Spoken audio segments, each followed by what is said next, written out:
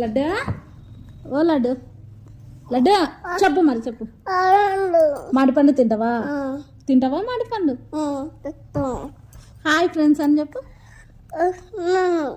చెప్పు please mummy మామిడిపండు ఇయ్యను చెప్పు. తప్పునా మామిడిపండు తినమా.